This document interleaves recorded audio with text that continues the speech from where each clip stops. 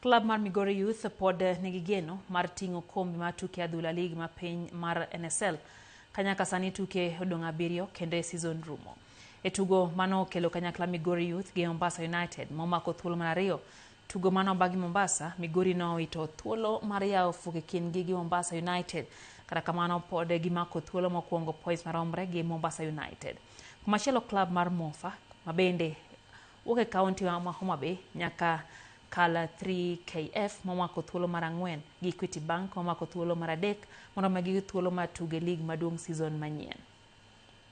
We expected maximum points, but all in all, we are still at the contention. So 1 point for us, I believe we'll build up in the next game. Nilipoa juu ndio season yangu ya kwanza kwa NSL.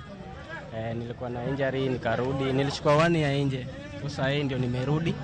Alafu God amenisaidia, niko hapo juu nang'ang'ana, nataka nikuwe top scorer this season, at least nifurahishe watu wengi.